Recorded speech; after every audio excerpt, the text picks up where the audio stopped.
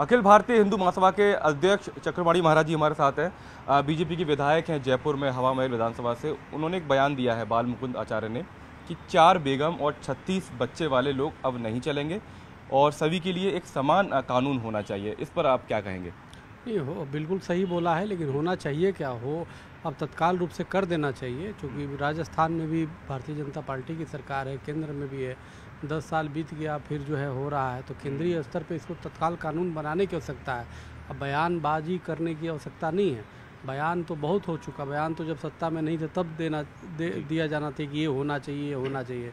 अब अभी तक हुआ क्यों नहीं? अब तो हिंदू समाज ये पूछ रहा है बीजेपी शासित सरकारों से कि अभी तक हुआ क्यों नहीं। क्योंकि ये देश की समस्या है। जो बाल मुकुंद जी ने बोला है, वास्तव में ये बहुत ही महत्वपूर्ण चीज़ है। ये देश इसी से सुरक्षित होगा, तो इसलिए अभी तक हुआ क्यों नहीं? अभी बीजेपी के जो शासित राज्य है वो जवाब दे ना। तो जवाब अब देने का वो है। अब देर करेंगे तो बहुत कुछ खो जाएगा, बहुत कुछ नुकसान होगा देश का भी और बीजेपी का भी। आखिर इसकी ज़रूरत क्यों है? क्योंकि उन्होंने ये भी कहा है कि कुछ लोग समाज में ऐसे हैं जो सिर्फ 2 बच्चे पैदा करना चाहते हैं, तो कुछ लोग हैं जो 36 बच्चे पैदा करना चाहते हैं। तो आखिर इसकी ज़रूरत क्यों है? किन चीज़ों को ये संख्या प्रभावित करती है? क्या मानना है आपका? बाल मुकुंद जी ने जो बोला ठीक कहा, लेकिन वो कुछ लोग न करें, ये सीधे बात बढ़े ना। हिंदू 2 बच्चे पैदा कर, हम 2, हमारे 2 में ये हो गया है। और जो एक मुस्लिम वो है, वो 4 शादी और 36 बच्चा पैदा कर रहा है। सवाल इस बात का है कि यह तो रिपोर्ट से भी है, इससे अभी माननीय इलाहाबाद हाई कोर्ट ने बड़े स्पष्ट रूप से कहा है कि अगर जो धर्मांतरण और इस तरह से न रोकी गई तो जो बहुसंख्यक वो अल्पसंख्यक हो जाएगा, और जब हो जाएगा तो ये तो गजवा हिंद बन जाएगा देश। तो यह तो देश की मूल जो है समस्या है। इसको बीजेपी ने मुद्दा उठाया है शुरू से, तो उसको कार्य क्यों नहीं कर पा रही है? जवाब तो उसको देना चाहिए। लेकिन कानून बनेगा, वो सरकार का काम है, संसद का काम है, लेकिन परिवार में कैसे चलना है, परिवार में कितने लोग होंगे, ये बड़ा निजी मामला हो जाता है। और इसमें जब धर्मगुरु बयान देते हैं दोनों ही धर्मों से, तो आपको भी लगता है कि एक उन्माद पैदा होता है आपस में?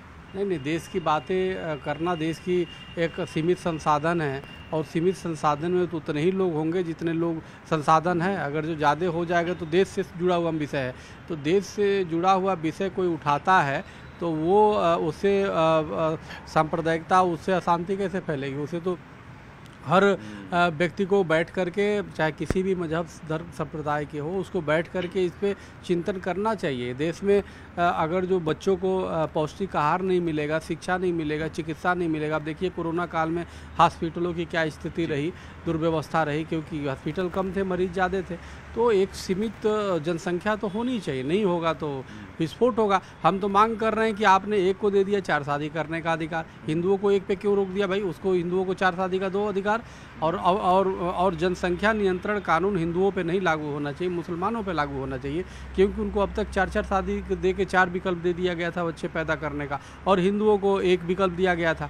या तो 80 साल और तक जो है हिंदुओं को 4 विवाह का अधिकार दे दिया जाए और इनका रोक दिया जाए, अन्यथा जनसंख्या नियंत्रण कानून इन पे लागू हो कि 1 से ज़्यादा बच्चे पैदा ना करे। जो बच्चा पैदा करता है उसकी नागरिकता समाप्त हो।